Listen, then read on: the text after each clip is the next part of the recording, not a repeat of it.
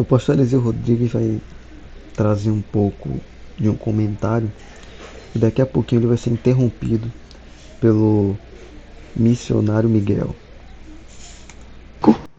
E em muitos ambientes onde eu pregava, depois do culto, pastores, porque, como o senhor falou, o senhor simplesmente aprovou o que alguém fez. O senhor não chamou uma criança e disse, prega aqui. E o senhor tem autoridade para isso. Mas alguém o chamou, o senhor não proibiu. Ok. 1 Samuel 3, entendeu Eli que o Senhor chamava Samuel.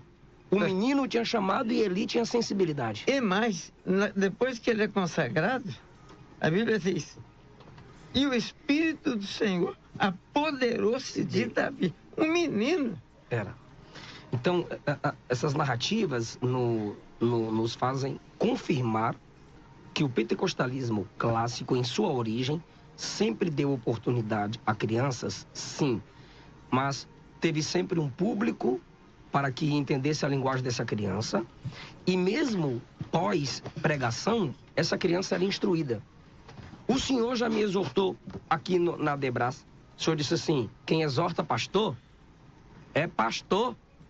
É outro ponto, bispo. E você aceitou. Aceitei. E aí, o meu pastor me chamou, me colocou como co-pastor em um campo hoje, Assembleia de Deus Central em Goiânia, Sim. Nós temos 5.000 membros. Sim. Hoje, como co-pastor, ele diz, agora você Mudou tem... Agora é outra coisa. Então, o que os nossos meninos pregadores estão falando? O que um menino de 10 anos vai falar sobre casamento, bispo?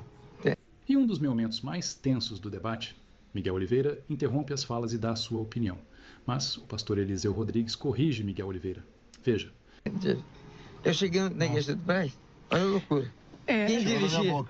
Quem dirigia o departamento infantil... Paulo não era casado e falava de casamento, né? Mas Paulo é inspirado pelo Espírito. Eu vou parar de pregar sobre cruz, que eu nunca tive crucificado. Não vamos discutir. Não, você vai pregar sobre cruz. Aí nós vamos discutir se Paulo foi casado ou não foi. Não, primeiro tem esse debate tradicional. Essa questão ainda também. Alguns dizem que ele era viúvo, né? Segundo, Miguel, ele era... Outros dizem que ele era solteiro. Ele era... Solteiro não. Paulo era teólogo. Paulo era pastor, mas se Deus quiser colocar... Licença. Pode falar, Miguel. O senhor primeiro. Paulo era teólogo. Paulo era poliglota. Paulo era plantador de igreja. Paulo dominava a teologia judaizante e causou, olha para mim, Miguel, e causou a teologia que nós nos baseamos nela. Paulo escreveu quase metade do Novo Testamento.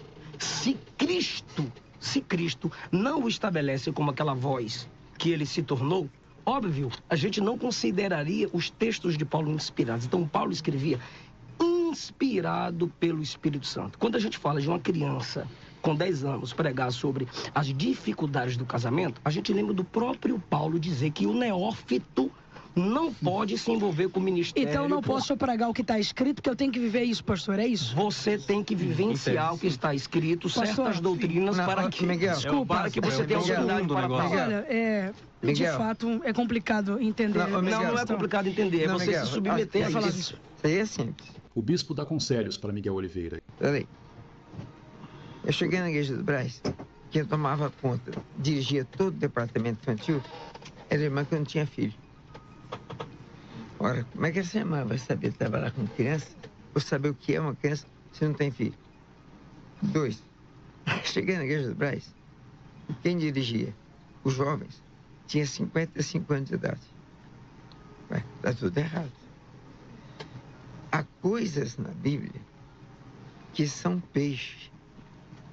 Tem que comer com cuidado com o espinho. Então, há coisas na Bíblia que você não pode pregar. Assim como há coisas que você prega hoje, que eu, na minha posição, não posso mais pregar. A igreja, a Bíblia, tem tudo.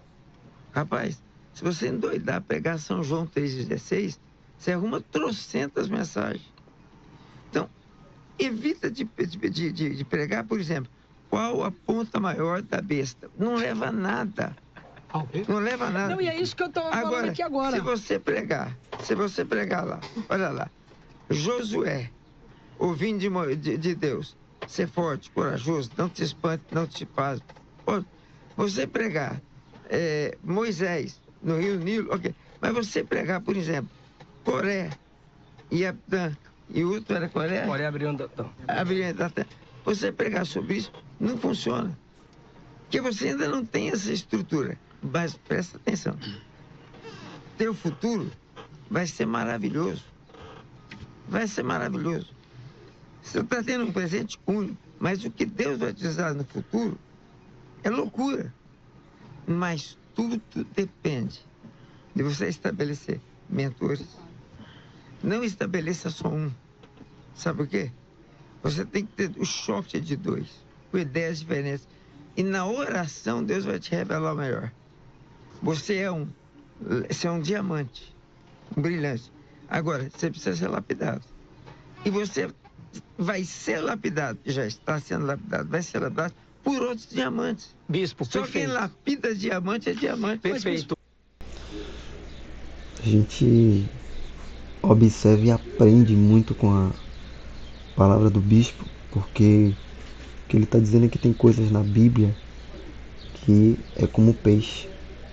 A gente tem que ter cuidado na hora de comer por causa dos espinhos. E é por isso que nem tudo eu prego. Isso é complicado para mim, que estou ali comendo, né? E imagina para aqueles que vão ouvir a minha explicação daquilo. Então é aquela questão de ter maturidade e de ter o equilíbrio em entender que eu tenho acesso à palavra de Deus para pregoá-la. E ele também não impede de um jovem estar pregando o evangelho. Como foi dito, ide por todo mundo e pregar o evangelho a toda criatura, foi para todo mundo seguir. Mas temos que ter o equilíbrio e entender até onde eu posso ir, o que é que Deus quer que eu fale, qual é a verdadeira interpretação daquilo, o público que vai me ouvir. Quem entende e quem sonda o coração desse público é o próprio Deus. Então eu devo perguntar a Deus aquilo que eu devo pregar para aquele público. Esse é o ponto crucial. Esse ponto também é importante até mesmo na questão da revelação. Eu tenho que saber até que ponto é Deus e até que ponto é a minha própria consciência. Porque a gente aprende que temos 3 vozes dentro da nossa mente: a voz de Deus, a voz do diabo e a voz da nossa própria consciência. E eu tenho que saber discernir, identificar qual é a voz que fala comigo. Se é a voz de Deus, se é a voz do diabo, ou se é a voz da minha própria consciência que está falando. Porque eu vi alguém chorando, porque eu vi uma emoção, porque eu identifiquei algo, né? E ali fui entregar para aquela pessoa, não da parte de Deus, mas da minha própria consciência. E às vezes é pior ainda, é quando não vem da parte de Deus, não vem da minha consciência, mas vem do inimigo, querendo causar alvoroços, confusões, querendo causar muitas das vezes problemas até maiores, né? Divergência na família, como a gente já viu isso acontecer muitas vezes. Então, que nós possamos aprender, assim como o profeta Miguel também creio que está aprendendo, né, no meio dos pastores aí, e que possamos estar compartilhando desse aprendizado com outras pessoas. Como é que eu faço isso? Me ajude, compartilhe esse vídeo com mais pessoas, se inscreve no canal e a gente vai estar compartilhando mais conteúdos aqui interessantes acerca da palavra de Deus. Amém? Vai ter algumas resenhas, mas também vai ter os momentos sérios acerca da palavra de Deus. Deus abençoe. Tchau, tchau.